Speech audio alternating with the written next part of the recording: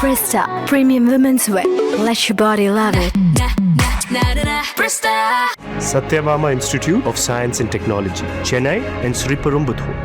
Summer வந்தாச்சு, எங்க கிட்ட விட்டுருங்க, நாங்க பாத்துக்கிறோம். GT Holidays, South India's #1 travel brand.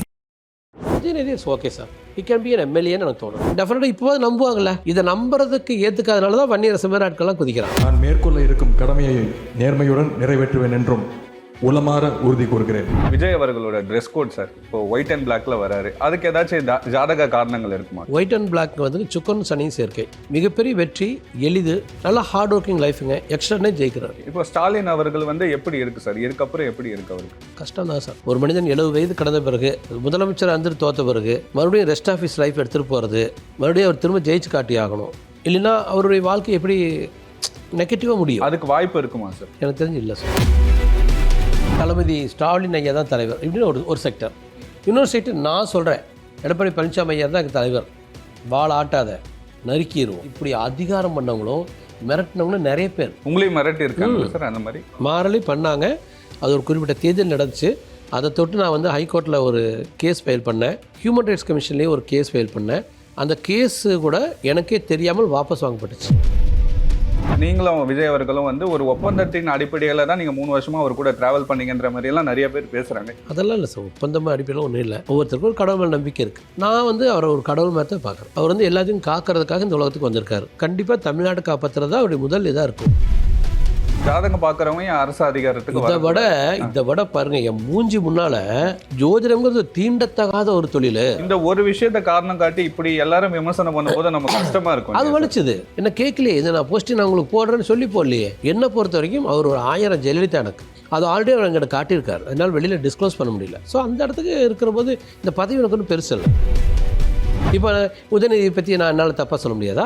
நான் வந்து வேறு யாராச்சும் பற்றி தப்பாக சொல்ல முடியாதா? இதெல்லாம் தவறு.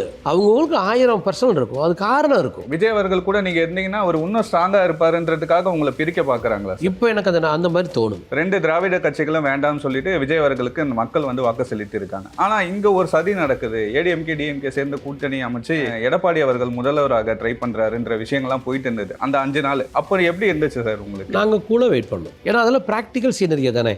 நாங்கள் என்ன நடந்தாலும் நாங்கள் சிஎம் ஆயிரம் நம்பிக்கையோட உட்காந்துருந்தோம். ஃபியூச்சரில் இப்படி ஒன்று இருக்குமா சார்? ஏடிஎம்கே டிஎம்கே ஒன்றா சேர்ந்து விஜய் அவர்களை எதிர்க்க வாய்ப்பு இருக்குமா? கண்டிப்பாக இருக்குது. 2031 2029 இந்த 2 கட்சி ஒன்று சேர்ந்து எங்களை எதிர்க்க வாய்ப்பு இருக்குன்னா இது.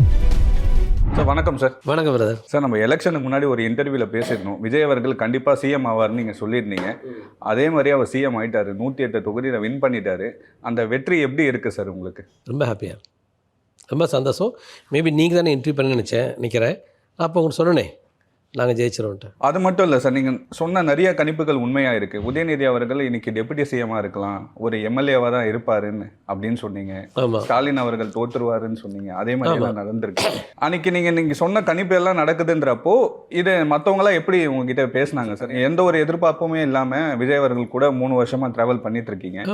ஆனால் அப்போது நம்பாதவங்க கூட இப்போ நம்பியிருப்பாங்க இல்லையா சார்? அதே நம்பி ஆகணுமல்ல. இப்போ ஒரு பேச்சுக்கு யாராச்சும் ஒருத்தர் இப்போ 1996 ஜெயலலிதா தான் தோத்தாங்க. அதுக்கப்புறம் 30 வருஷத்தில் நம்ம தமிழ்நாட்டில் இன்னொரு சிஎம் தோக்கலை. குறுக்க அப்போ 5 எலெக்ஷன் நடந்துச்சு. யாராச்சும் ஒருத்தருக்கு முதல்ல தைரியம் இருக்கா?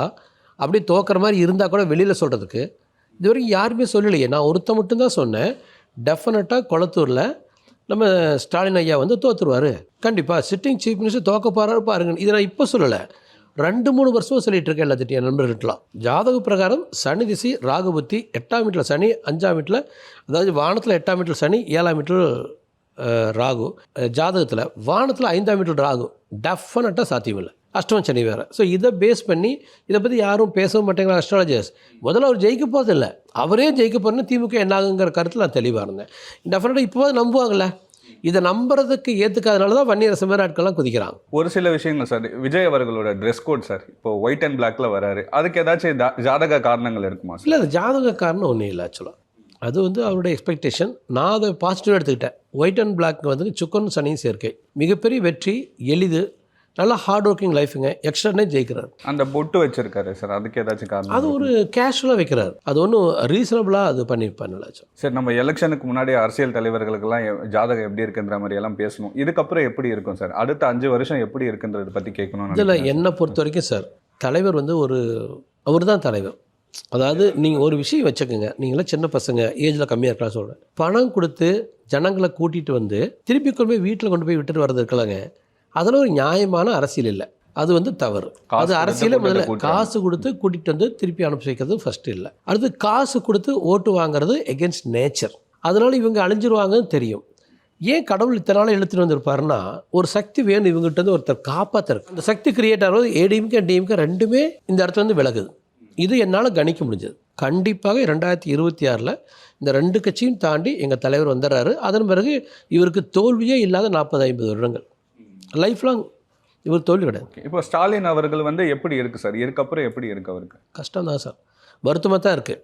ஒரு மனிதன் 70 வயது கடந்த பிறகு, முதலமைச்சர் வந்துட்டு தோற்ற பிறகு மறுபடியும் ரெஸ்ட் ஆஃப் ஹிஸ் லைஃப் எடுத்துகிட்டு போகிறது, மறுபடியும் அவர் திரும்ப ஜெயிச்சு காட்டி ஆகணும். இல்லைன்னா அவருடைய வாழ்க்கை எப்படி நெகட்டிவாக முடியும்? அதுக்கு வாய்ப்பு இருக்குமா சார்? எனக்கு தெரிஞ்சு இல்லை சார். 31 உங்களுக்கு வாய்ப்பு இல்லை.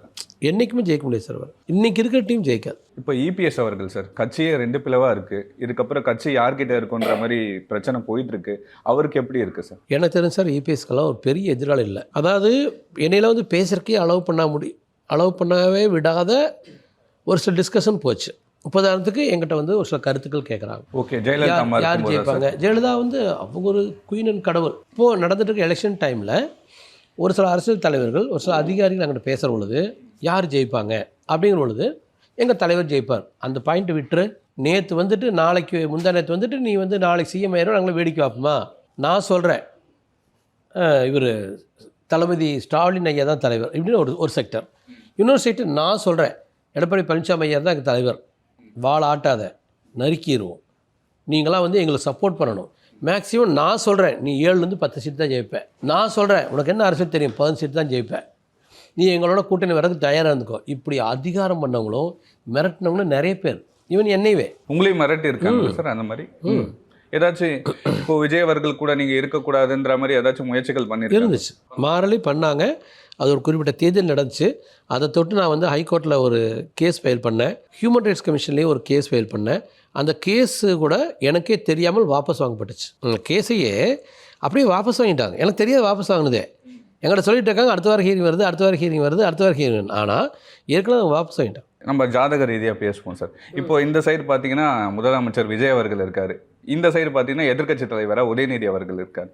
உதயநிதி அவர்களுக்கு எப்படி இருக்குது சார்? Continue ஆகிக்கலாம் sir. ஒரு எதிர்க்கட்சி தலைவராகவோ பேசப்படக்கூடிய ஒருவாக கண்டினியூ ஆகிக்கலாம். நிறைய விஷயங்கள் பேசினாலுமே உங்களுக்கு அரசியல் பிரிவு சிறப்பு அதிகாரி அந்த பதவி கொடுத்துருந்தாங்க. 24 மணி நேரத்தில் அதை வாபஸ் பெற்றுருந்தாங்க. இதை எப்படி பார்க்குறீங்க சார்? இது நிறைய பேர் என்ன சொல்கிறாங்கன்னா, இது வந்து முன்னாடியே நீங்களும் விஜய் அவர்களும் வந்து ஒரு ஒப்பந்தத்தில் தான் ஒப்பந்தத்தின் அடிப்படையில் தான் நீங்கள் 3 வருஷமாக அவர் கூட ட்ராவல் பண்ணீங்கன்ற மாதிரியெல்லாம் நிறைய பேர் பேசுகிறாங்க. இதை எப்படி பார்க்குறீங்க சார்? அதெல்லாம் இல்லை சார், ஒப்பந்தமாக அடிப்படையில் ஒன்றும் இல்லை.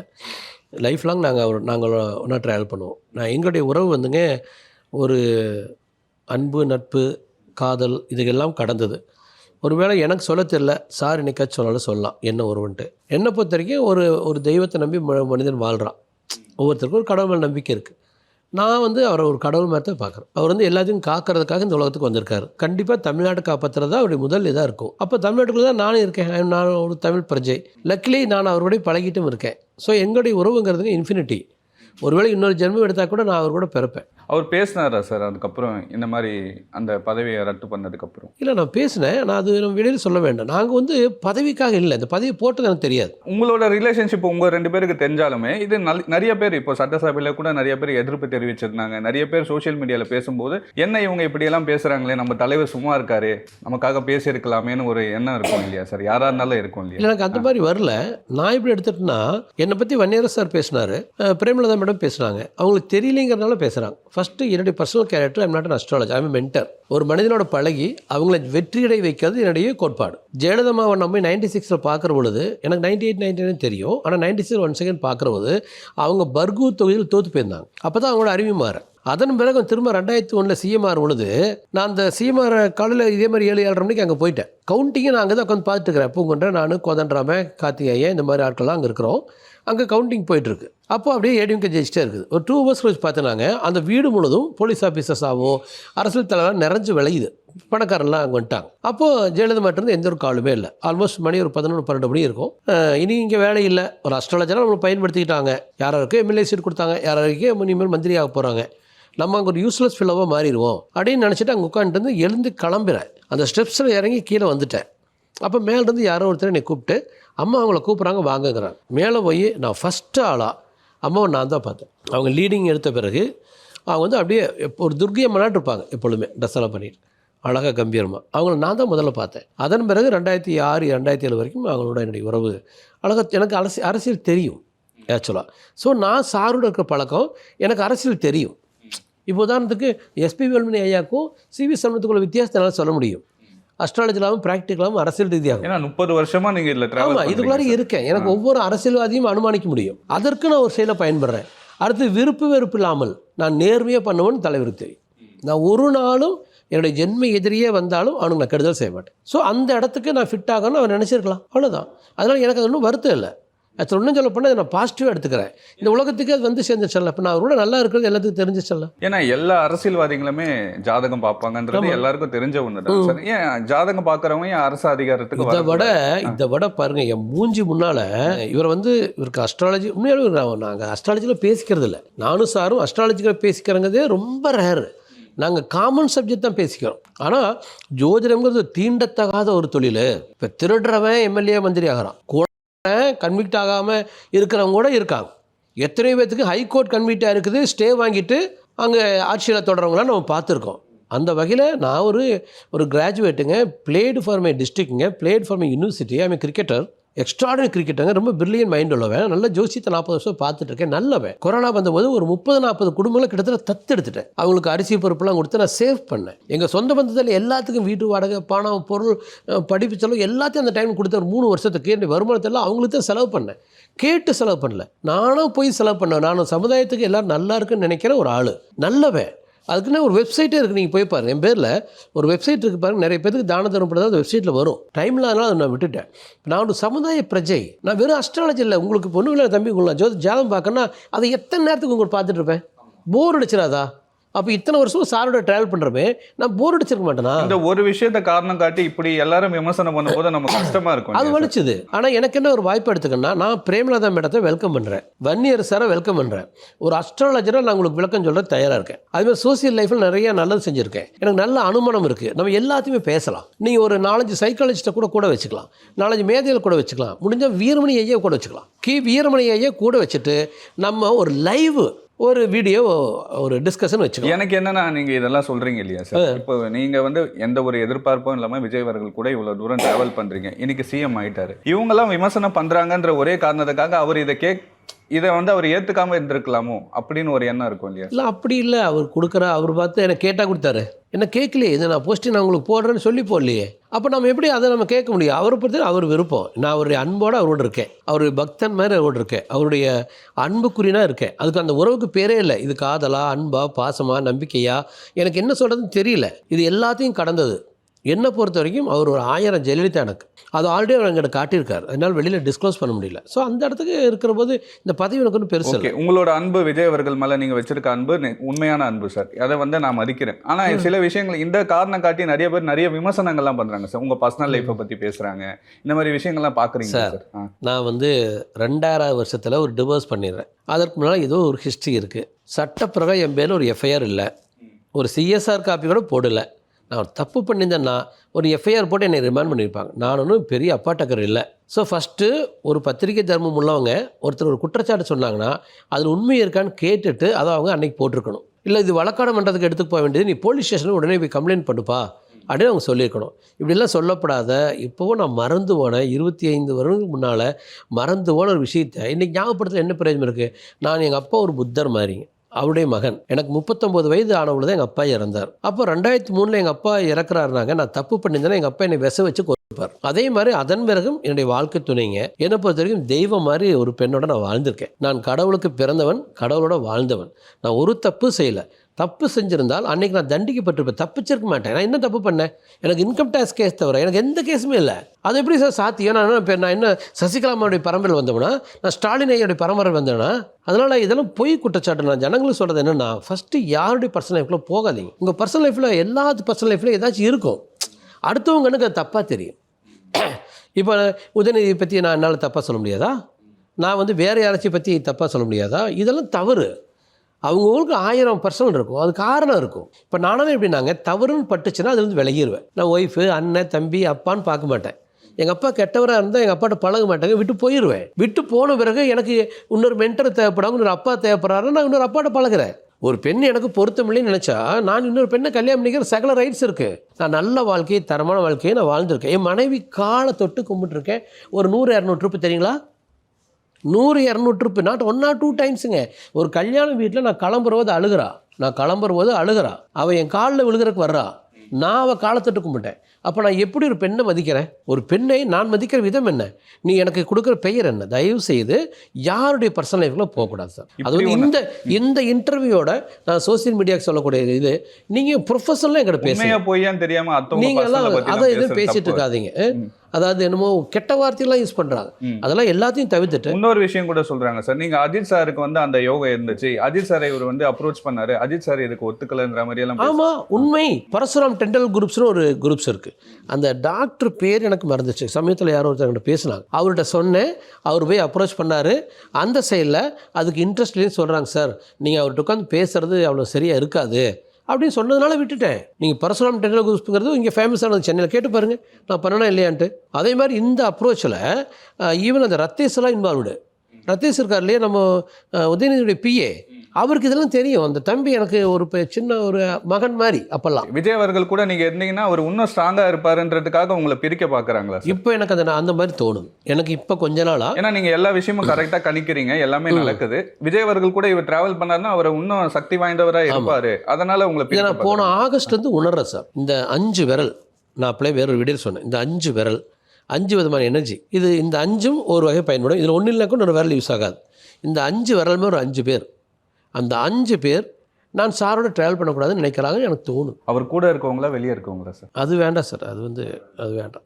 அதாவது இது நான் சொல்கிறது ஆகஸ்ட்லேருந்தே இது போயிட்டுருக்கு. இது தவறு. நான் என்ன சொல்கிறேன்னாங்க, சார் வந்து எனக்கு நான் அவருக்கு ஒரு தண்ணி ஆட்டேன். இப்போ இந்த தண்ணியில் இன்னொரு தண்ணி அவர் தேவைப்படும்.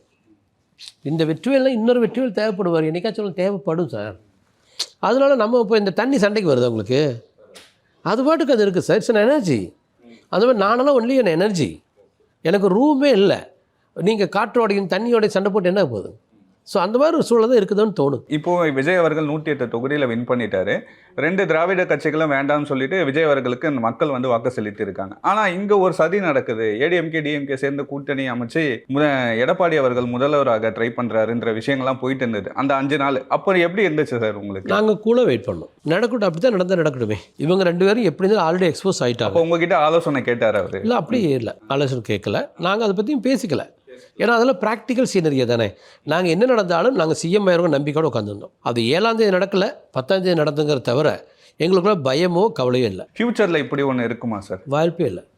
ஏடிஎம்கே டிஎம்கே ஒன்றா சேர்ந்து விஜய் அவர்களை எதிர்க்க வாய்ப்பு இருக்குமா? கண்டிப்பாக இருக்குது. 2031 2029 இந்த 2 கட்சி ஒன்று சேர்ந்து எங்களை எதிர்க்க வாய்ப்பு இருக்குன்னா இருக்குது சார். அதே மாதிரி நிறைய விஷயங்கள் பேசுகிறாங்க. விஜய் அவர்களை வந்து மோடி அவர்கள் கூட கம்பேர் பண்ணிலாம் பேசுகிறாங்க சார். ஃபியூச்சரில் அந்த மாதிரி ஏதாச்சும் இருக்குமா? விஜய் அவர்கள் வந்து பிரதமர் ஆகிறதுக்கு வாய்ப்பு இருக்குமா? ரொம்ப இன்னும் அதற்கும் மேலே வருவார். இவர் வந்து ஒரு இந்திய தலைவர், உலக தலைவர். ஒரு சில ப்ரிடிக்ஷன் மாதிரி சொல்கிறீங்க இல்லையா சார், எல்லாமே நடக்குது. அதனால் கேட்குறேன், இதுக்கப்புறம் தமிழ்நாடு ஆட்சி அமைக்கிறாங்க, விஜய் அவர்கள் ஆட்சியில் எப்படி இருக்குன்றதை பற்றி சொல்லுங்கள். 40-50 வருடங்களுக்கு இவருடைய ஆட்சி தொடரும் சார். நீங்களாம் வாழ்க்கையில் கற்பனைக்க இல்லாத சட்ட பாதுகாப்பு, தர்ம பாதுகாப்பு, மொழி பாதுகாப்பு, இன பாதுகாப்பு எல்லாமே உங்களுக்கு இருக்கும். பெரிய ஊழல் இருக்காது, பெரிய லஞ்சலாவன்கள் இருக்காது. தெரிந்து தவறுகள் நடக்கிறதுக்கு தலைவர் விடமாட்டாருங்க. இது மக்கள் பணம் சுரண்டப்படாதுங்க. அது மட்டும் இல்லாமல் இன்னும் ஒரே ஒரு இடத்துக்குள்ளார சில பெரிய விஷயங்களை அவர் செய்ய ஆரம்பிச்சிடுறார். அப்போ அப்படி செய்கிற பொழுது ஒவ்வொரு டிஸ்ட்ரிக்டும் அப்படியே குதூகலத்தில் குதிக்குன்னு எனக்கு தோணும். அதே மாதிரி சில கோவிலுக்கெல்லாம் போயிருந்தாங்க சார், அதை கூட விமர்சனம் பண்ணியிருந்தாங்க. ஏன் திருச்செந்தூர் போகிறாரு, திடீர்னு பார்த்தா சர்ச்சுக்கு போகிறாரு, இதெல்லாம் நீங்கள் சொல்லியிருக்கீங்களா சார்? இந்த கோவிலுக்கெல்லாம் போனால் நல்லது நடக்குன்ற மாதிரி ஏதாச்சும்? இல்லை, நல்லது நடக்கும்ல. அவர் தேங்க்ஸோடக்காக போனார். நான் நல்லா வந்துட்டேன், நம்பிக்கை இருக்குது, நான் ஜெயிச்சிட போகிறேன், ஒரு வேண்டுதலுக்காக போயிருக்கு. வேண்டுதலுக்காக தான் அவர் போனார். அந்த மாதிரி தான் இது வந்து அவருக்கு கடவுள் பக்தி இருக்குது. கடவுள் பக்தி இருக்குது, அது ஒரு நல்ல விஷயம் தானே. அதை நல்லபடியாக வெளிப்படுத்துகிறார். ஆனால் நீங்கள் இவ்வளோ தூரம் ப்ரெடிக்ட் பண்ணி இன்னைக்கு விஜய் அவர்கள் முதல்வர் ஆயிட்டாலுமே நிறைய பேர் சொல்கிறாங்க 6 மாதத்துக்கு மேலே இந்த ஆட்சி நீடிக்காது, இந்த மாதிரியெல்லாம் சொல்கிறாங்களே சார். ஜாதக ரீதியாக இந்த மாதிரி ஏதாச்சும் அவருக்கு நடக்க வாய்ப்பு இருக்கா சார்? இல்லை சார், 5 வருஷம் கண்டினியூ இல்லை. 2029 40 ஜெயிச்சிருவார். 2031 234 ஜெயிச்சாலும் ஆச்சரியப்படுகிற மாதிரி தோணுது. ஆனால் அந்த டைமில் அந்த ஜாதகத்தை வச்சு நம்ம பேசிக்கலாம். ரொம்ப நன்றி சார், நிறைய விஷயங்கள் சொன்னீங்க. Fine sir, thank you. Presta Premium Women's Wear. Let your body love it. Satyabama Institute of Science and Technology, Chennai and Sriperumbudur. Summer வந்தாச்சு எங்க கிட்ட விட்டுருங்க நாங்க பாத்துக்கிறோம். GT Holidays, South India's #1 travel brand.